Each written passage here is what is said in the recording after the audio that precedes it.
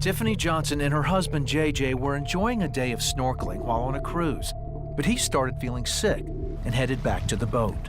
In the meantime, my wife is just out there snorkeling by herself. Never thought that she was in any kind of danger. But in these waters, danger is always close by. And I felt like I had bumped into something. I was face to face with the shark. He had my whole arm in his mouth.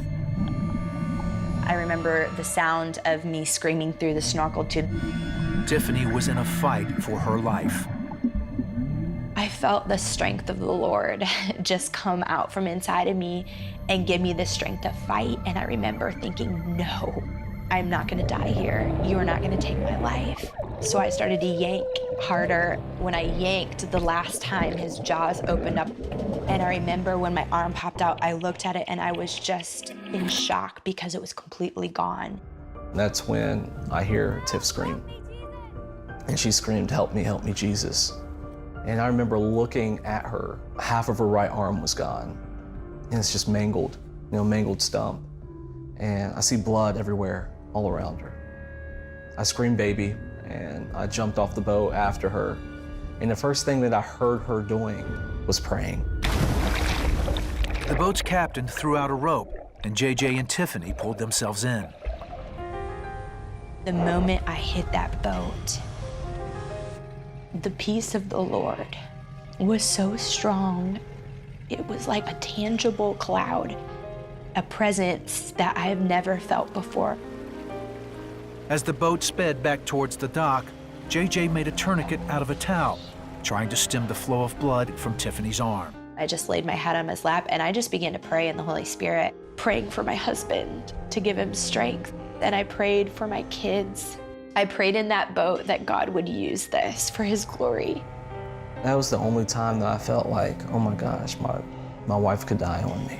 Once back on shore, they called an ambulance. Tiffany was rushed to the Nassau hospital and taken into surgery. I remember making phone calls to her immediate family, my immediate family, telling them what happened, just to pray for her. So I was just praying that the Lord would just heal my wife, that she would be okay, that she was going to make it through this. The surgery lasted 4 hours, but it wasn't over. After the surgery, the doctor approached me and told me, "Mr. Johnson, your wife, she's stable and we stopped the bleeding, but she needs to see an American doctor as soon as possible."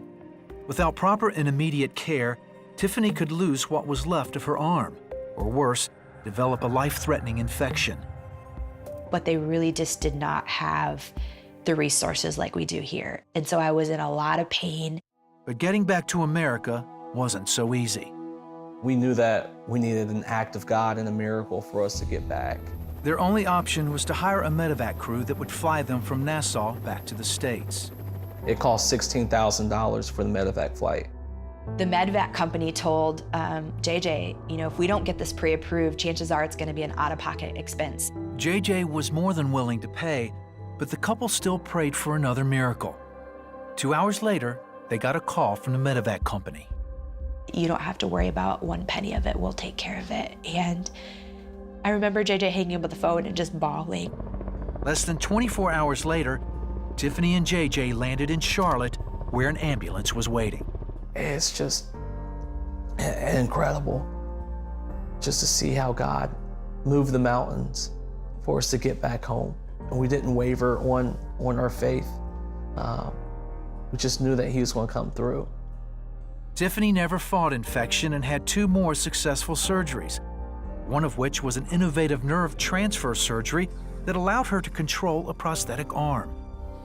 I remember tears kind of starting to roll down my cheeks as I was realizing that everyday tasks are not going to be the same. And JJ looked over at me. He's like, "It's okay. We're just going to establish our new normal now." And they have done just that. Tiffany leads worship at church, and together she and JJ continue raising their 3 children, Kylie, Luke, and Natalie. They thank God for his faithfulness through everything. My prayers were definitely answered, more than I could ever imagine. She's not only alive, but she's thriving. And her testimony is one that's going to last for ages.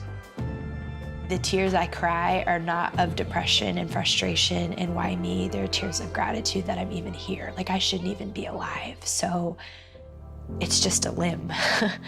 So anytime I do get frustrated or feel like, this is just not fun, it's just a reminder that I'm here and I'm alive and God's in this and he's using it.